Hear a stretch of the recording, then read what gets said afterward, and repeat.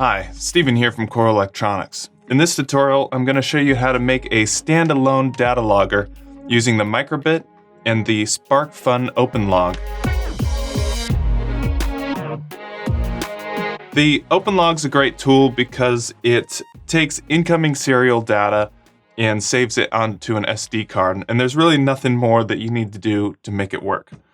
All we need to do is redirect our serial data from the USB where it usually goes to our OpenLog.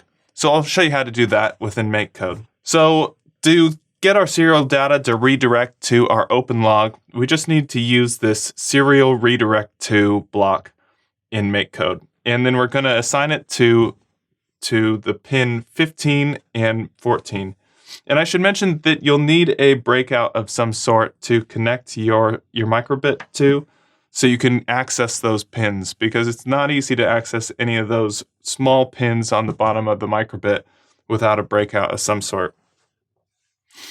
And the next thing we want to do to make our file usable that's going to be created with the OpenLog is we want to format it in a way that's similar to a CSV. So it becomes a CSV. So what we want is we want headers with each item separated by a comma, and then we want our respective data points separated by commas saved beneath it.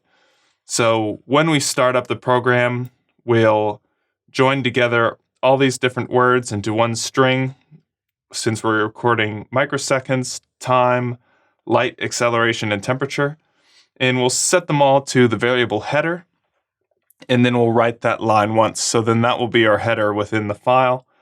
And then in our forever loop, we'll copy and paste our header creation and change the variable to row. And then we'll just put our inputs in each place of the header. And then we'll write that. So as often as is possible, the microbit is currently recording the running time in microseconds, the running time in milliseconds, the light level, the acceleration of the board, and the current temperature. And it's saving that into a ever-growing log file on a micro SD card within OpenLog. So something I should talk about is the baud rate that the OpenLog uses.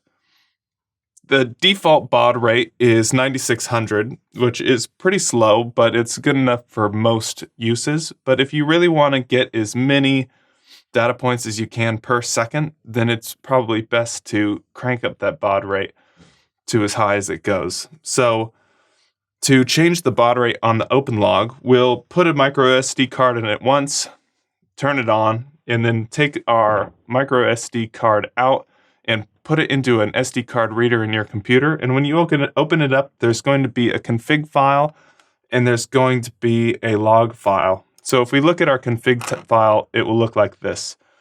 And these are the easily controlled settings that we can change within OpenLog. And the first number is the baud number. So it was 9600. I've changed it to 115,200.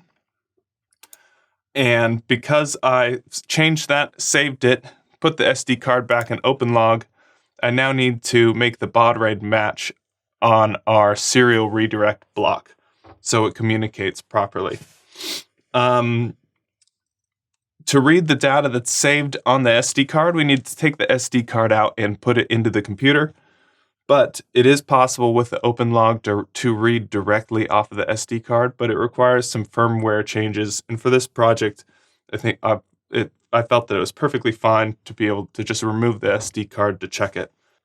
So if you want to take a look at the data that's on the SD card, all we need to do is remove it from the device and put it into an SD card reader on your computer. And you will see the log files recorded here. So I've opened up one of my log files. I have my header across the top, and then all the data below it with timestamps. If you're going to be recording a lot of data over a long period of time, it's worthwhile to create a function within your code that converts the time in milliseconds or microseconds into something a little more usable, like days and hours and minutes. Because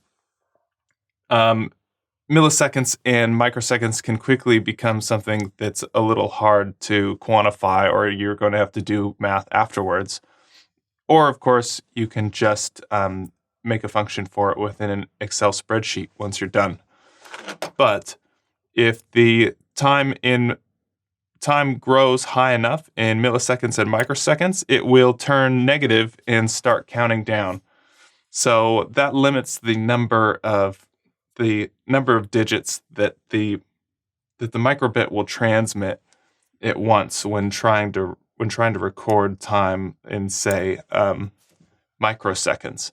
So it'll go all the way up to its maximum number of digits, go negative, count back down, and then count back up again as many times as you give it time for. So we're recording quite a bit of, or not a whole lot of data right now, but I did some back of the napkin calculations and let it record for an hour. And based on the size of the log file, we should be able to, in a 16 gigabyte SD card, we should be able to log this amount of data for about 280 days before we run out of space. So that wraps up my tutorial on a standalone logger for the microbit. If you want to learn more about the microbit, we've got a whole tutorial section of it online. Check them out.